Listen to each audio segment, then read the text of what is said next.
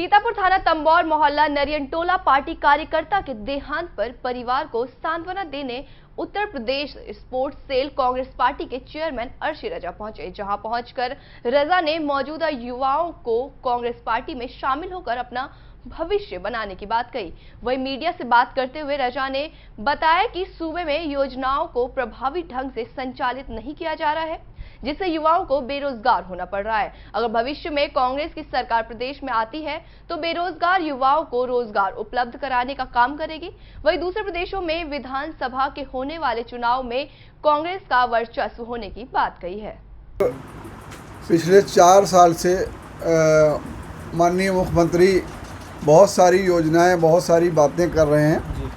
तो ये कोरोना काल तो 1 साल है, उससे पहले से ये 4 साल से लोगों को या ये कहा जाएगा युवाओं को गुमराह कर रहे हैं और किसी तरीके की कोई योजना हमारे बेरोज़गार और मज़दूर हो, किसान हो, युवा हो, सब परेशान है सरकार में।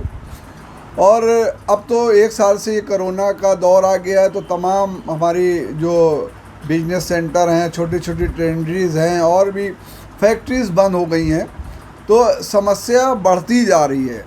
और सरकार एक धार्मिक उस पर ज़्यादा निशाना साधे हुए है और धार्मिक लाइन खींच के उस पर आगे बढ़ रही है, जबकि ज़रूरत सबसे बड़ा धर्म रोज़गार है। जब आपका परिवार होगा, जब आप परिवार में सुख होगा, तब आप आगे बढ़ेंगे, तब धर्म के बारे में और समाज के बारे में, सब के बारे में सोचेंगे। जब आप अपना आप में खुद ही परेशान हैं तो आप कैसे आगे सोचेंगे। सरकार मौजूदा में अभी कितने आपने देखा होगा कौन कौन समिति होती है और कितने इन्वेस्टर आते हैं, उसके बाद कोई भी यहाँ पे अपना ना कोई फैक्ट्री डाल रहा है, ना पैसा लगा रहा है। तो ये एक तरह का मीडिया और जो चैनल दिखा के और अखबार में न्यूज़ छाप के ख़त्म कर देते हैं।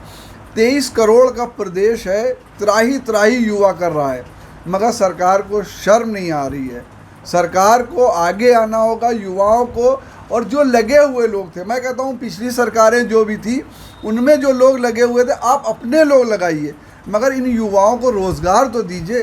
रोज़गार न देना सबसे बड़ा ही जुल्म है। अगर सर मोहसिन रजा साहब कहते हैं कि बीजेपी की सरकार में सब लोग खुश हैं, आप बता रहे हैं रोजगार हैं। देखिए वो जो पार्टी की गाइडलाइन है उस पर वो बोलते होंगे, मुझे नहीं पता, मगर जो प्रदेश का युवा है, जो मैं देख रहा हूँ, जो मैं लोगों के बीच जाता हूँ, तो मैं एक समाज की लाइन बोल रहा हूँ जो ज़रूरत है प्रदेश की और देश की। आज युवा बहुत परेशान है, बेहाल है।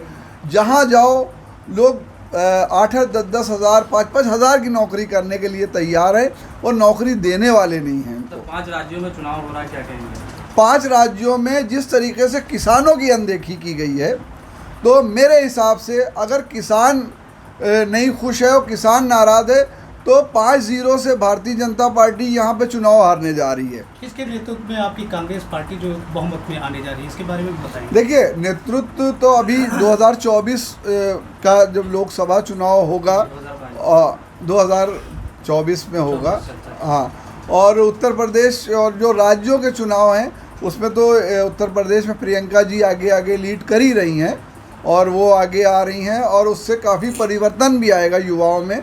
और जो रैलियां, जिस तरीके की भीड़, उस तरीके को देखते हुए 2022 में एक ऐसी सरकार ज़रूर बनेगी जो युवाओं की उम्मीद पे खरी उतरेगी। हमेशा भाजपा के नेतृत्व करने वाले जो नेता हैं हमेशा सभी पार्टियों को कहा करते हैं कि एक ही थाली के सभी चट्टे बट्टे हैं, इस पर क्या कहेंगे?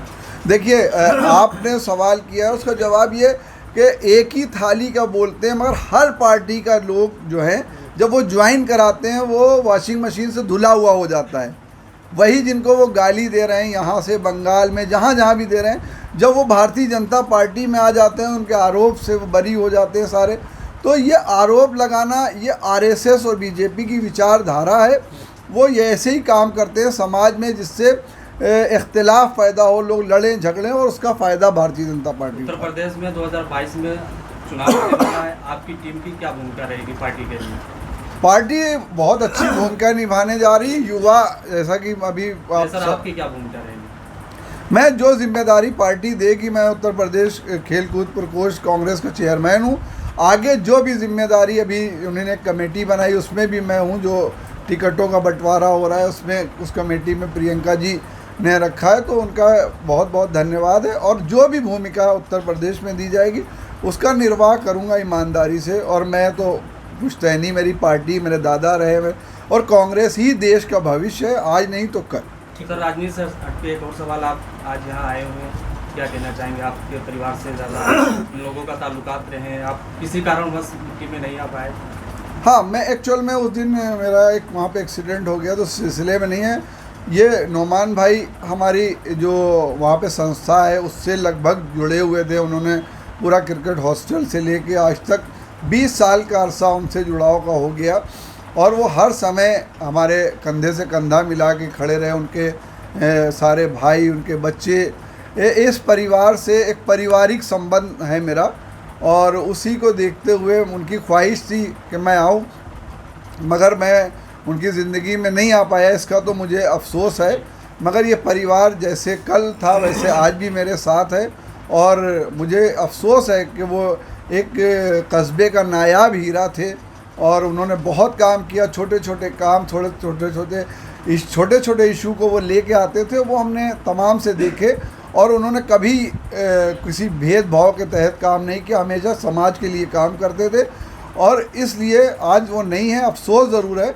उनके बच्चों से, उनके परिवार से यही कहना है कि आप भी इसी हौसले के साथ आगे बढ़िए, लोगों के साथ जो है इंसाफ करिए, लोगों समाज के प्रति आपका जो जिम्मेदारी है उसका निर्वाह करिए, यही हमारी ज़िंदगी का मकसद है। सर, अगर 2022 में उत्तर प्रदेश में कांग्रेस की सरकार बनती है तो जहाँ पर आप बैठे इस कस्बे को क्या सौगात देंगे, क्या क्या काम करवाएंगे? देखिए, अगर 2022 में सरकार कांग्रेस की बनती है तो आप ये समझिएगा कि आपके परिवार से